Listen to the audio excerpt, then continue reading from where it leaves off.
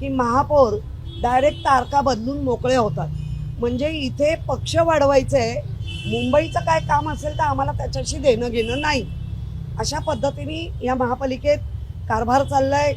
म्हणजे आज खरं सभागृह असणार होतं, ते काल संध्याकाळी कळतंय की सभागृह नाही आहे म्हणून.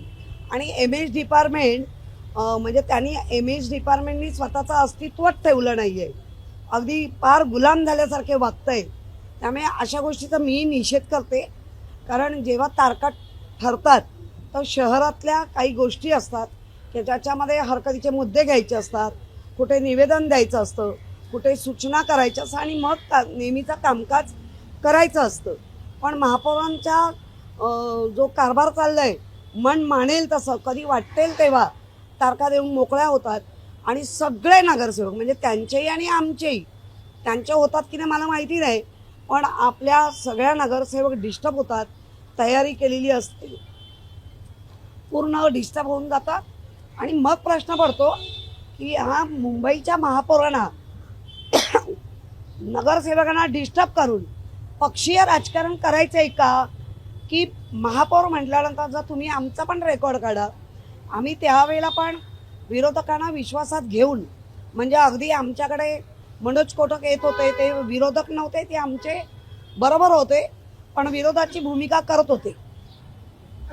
मग प्रभाकर शिंदे असतील किंवा रवी राजा असेल किंवा आता त्या जाधव राखी जाधव, विचारा त्यांना, त्या तिकडेच बसले जातात. असं कधीही राजकारण एवढ्या टोकाला जाऊन होत नव्हतं. राजकारण सगळेच करतात, वाटेल तशा तारखा बदलतायत, वाटेल त्या आणि लोकांचं खच्चीकरण करतायत. आणि काय मन मानेल.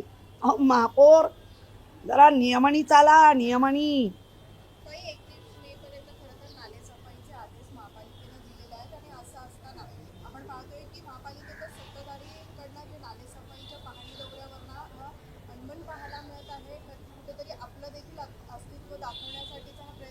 आज खरं तर शिंदेच्या उपमहापौर जे संजय गांधी यांचा दौरा आहे, तर उद्या भाजपच्या महापौर आहेत प्रीती तावणे यांचा दौरा आहे. महापौरांचे एवढे नालेसफाईचे दौरे झाले पण कुठेही उपमहापौर यांना बोलवण्यात आलं नव्हतं. त्यामुळे ही संपूर्ण चर्चा पाहायला मिळते. दोन गोष्टी आहेत. भाजपाबरोबर जो मैत्री करतो त्या मैत्रीला ते कधीच जागत नाही, हे वारंवार दिसत आलेलं आहे.